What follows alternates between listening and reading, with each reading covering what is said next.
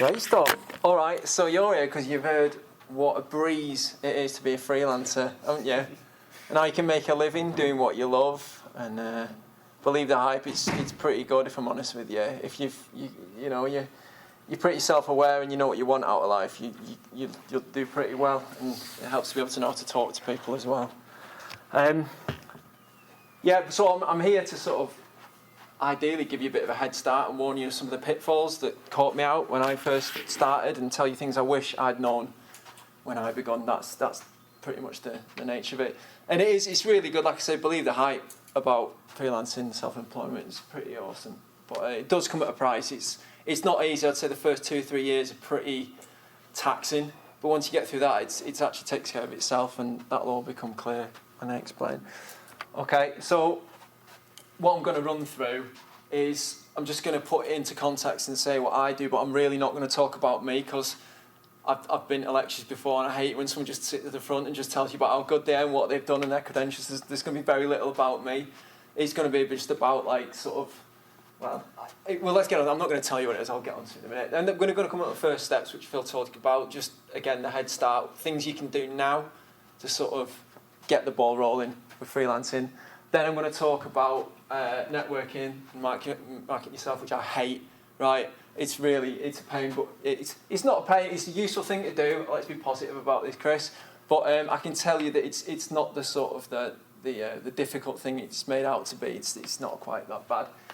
And then we're going to come on to how to find work. And I don't think there'll be time to talk about pricing, so I left it out on the principle that I'd rather you found some work and then worry about pricing it later on.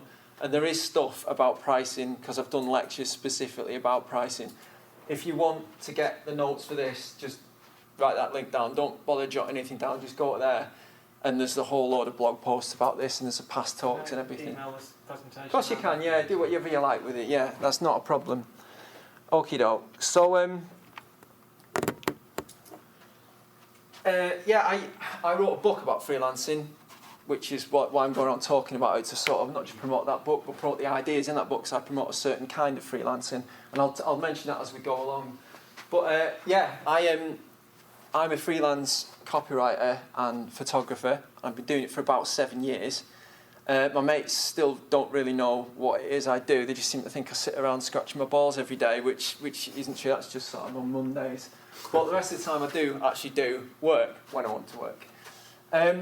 And how it works is I will get phone calls out of the blue. So not just me, all my mates do, my freelance colleagues. They will get phone calls out of the blue, and it will be urgent, and it will be sort of high pressure. It'll be last minute, and it will be they want it done yesterday, and it will. Generally speaking, I work in marketing, but you tend to plug a gap when you're a freelancer. They want you because they've got a sudden urgent need, or someone's ill, or they need a specific skill. So you have to be ready to put everything down and pick up the work when it comes in, and that's just the nature of the work.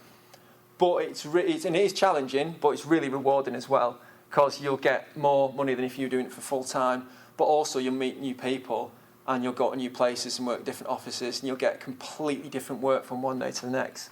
It's crazy, some of the stuff that's come in, what you find yourself doing. You think, how the hell did I end up here? But it just happens, and that's what I love about it. That's what's fantastic about it. I have done proper jobs before. I did the sort of 9-to-5 thing, and I had an agreement with my employers, and they'd sort of pay me to turn up 5 days a week, and I'd sit in the same place and moan about it.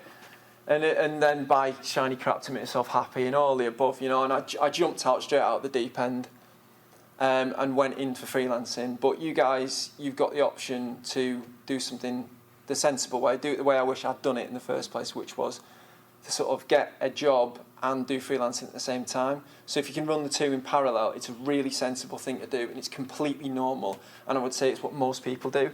And it can stretch out, for decades doing it that way, until you sort of get it to a point where you think, okay, I can make a living out of this now. Most people I know have done it that way. And it's that distinction between a job and a career. You can do sort of crappy jobs, or jobs that you don't really believe in, but they pay the bills, and you'd rather be freelancing, but you can't at the minute. That's quite common. I guess what I'm trying to say is, if you find yourself selling PPI over the phone in a call centre, don't beat yourself up, right? everyone sort of has to go through that process of doing a job and keeping the freelancing bubbling away. What can you do to sort of get started? The two things, right? You don't actually need to register or anything. You don't need a license. You don't need to join anything. You don't need to be a member or anything. You just start doing something and asking for money for it. That's all you need to do for freelancing. You don't need to, I mean, in the eyes of the law, you're a sole trader. So tax-wise, at the end of the year, you just fill in an online form, Inland Revenue. It's called self-assessment. You might have seen the adverts on TV and then the radio. And it's really easy to do. Do not worry about it.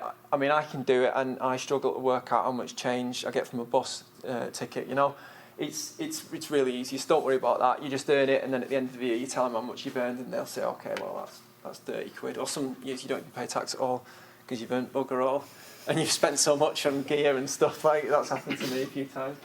But there are two things that are really important. So the first one is to go through a period of sort of philosophizing and navel-gazing, right? And loads of people forget how to do this. You need to work out what you do. I know you've got skills, you know, nutrition or design or whatnot, but you need to figure out how that thing helps someone else. So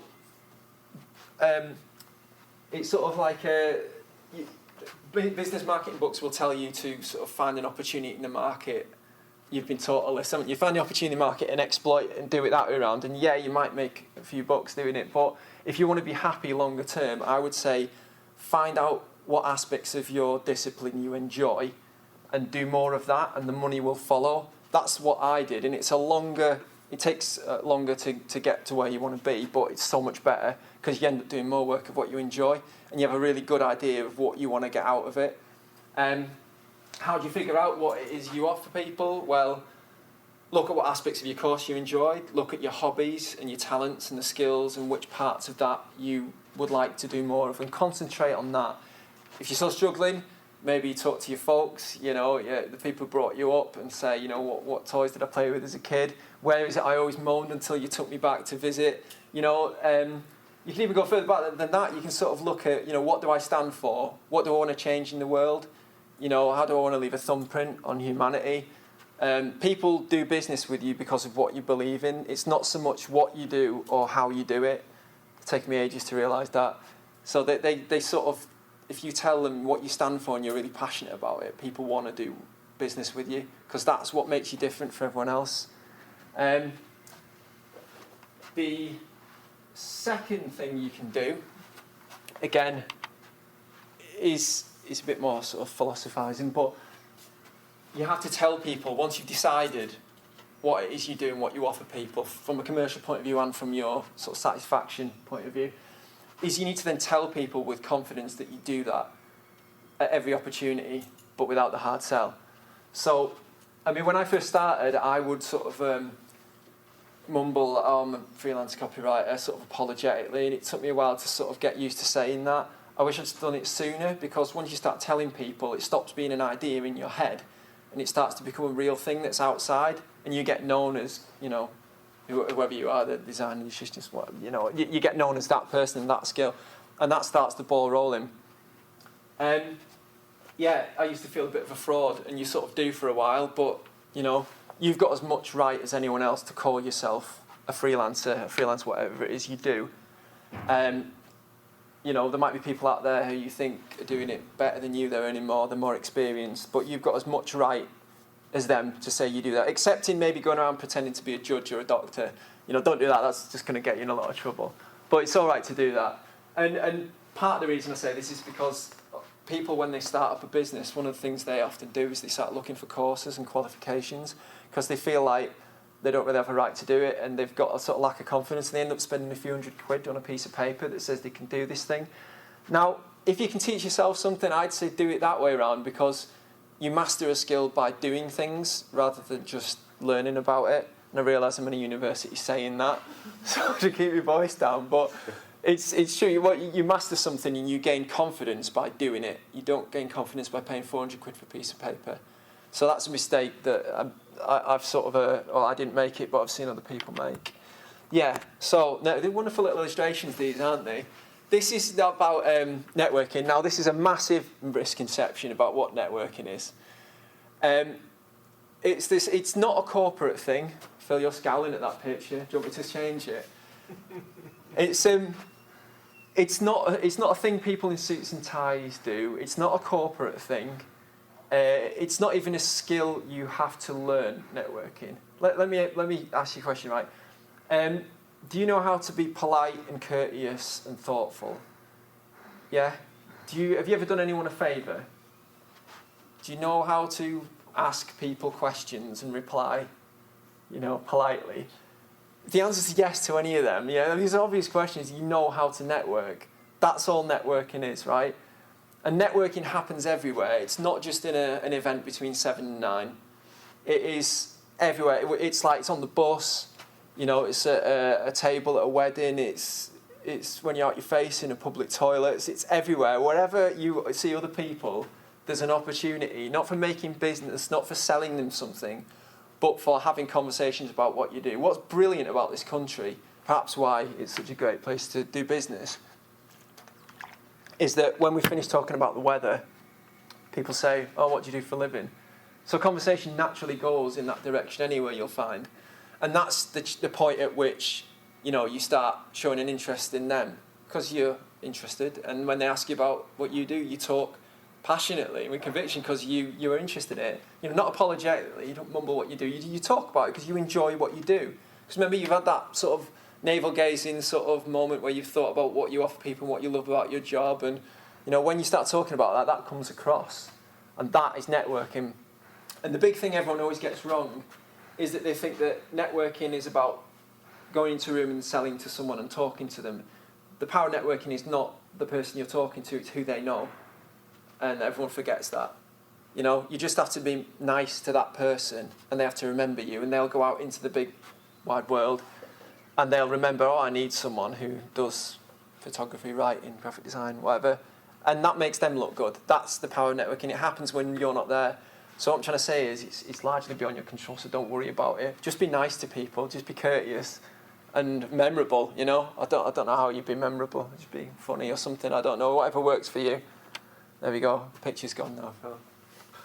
And you can take the stress out of a lot of this networking, and this is a little bit about my philosophy, is this: I chose to earn less because I wanted to work less. So I reduced my outgoings, so I only need to work, on a good week I'll work maybe 3 or 4 days, but generally it's between 2 and 3 days a week, and I chose to do that by shrinking what I spend. I got rid of my gym membership, went on a cheap phone contract, got rid of my car, all these things. I'm basically a hippie, right?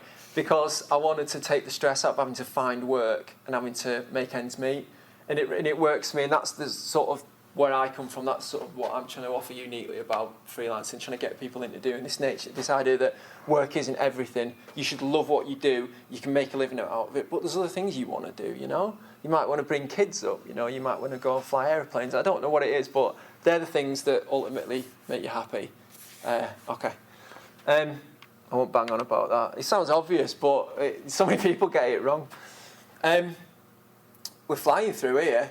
We can probably just have a chat at the end about, once I'm conscious that I'm talking at you, and I wanted to learn about you guys. Okay.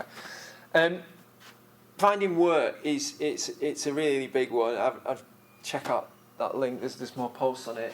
It's a massive subject, and it's one well explored on the internet, and it's very dispiriting advice out there about how to do it. There's no silver bullet for finding work.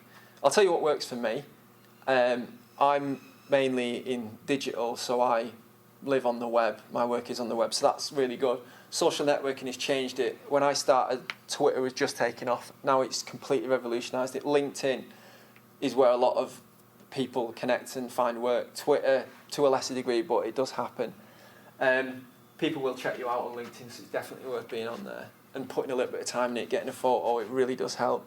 So I tweet about that and do things. I'm online. I follow people on social media and that sort of thing.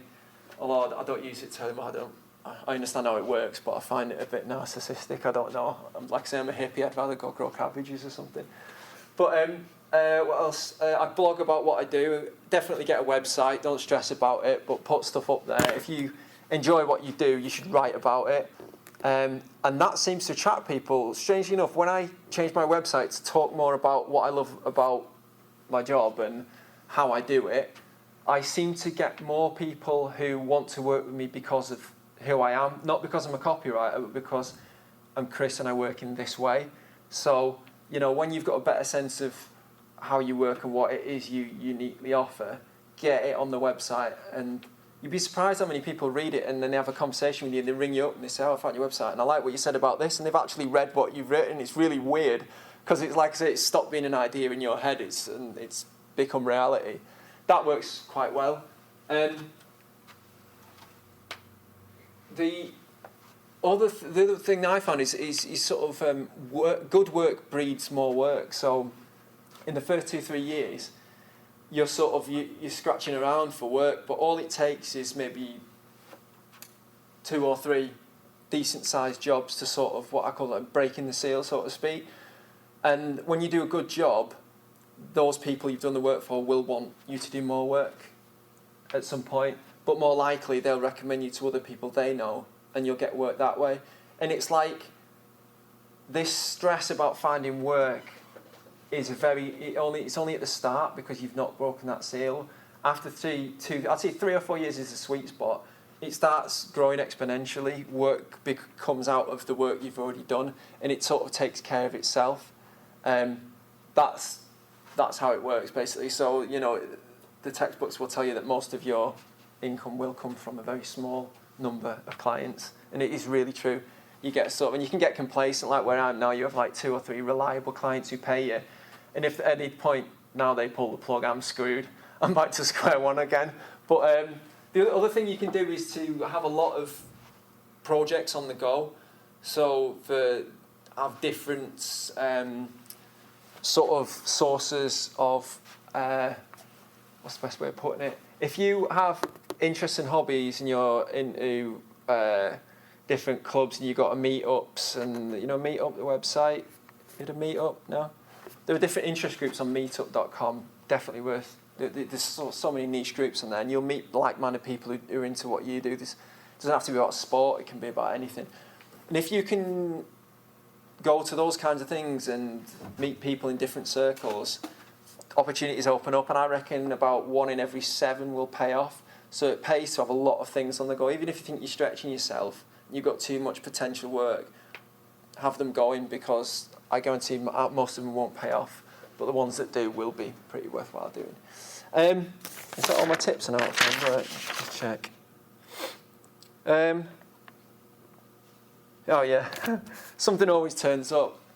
It's really strange this. After that 2 or 3 years of sort of hard graft at the start and plugging away and trying to get those first early sort of successes, early victories, you get to a point where it's really weird, like when your bank balance drops below a certain amount, something in the cosmos happens and a phone call comes through and work arrives. It's really weird, but trust me, it does happen. And you learn not to worry about work. The worst thing you can do is stress about not finding work. It always turns up, and it seems to happen to everyone I know. So, yeah, don't beat yourself up too much about it if you sat there waiting for the phone to ring. We've all done it.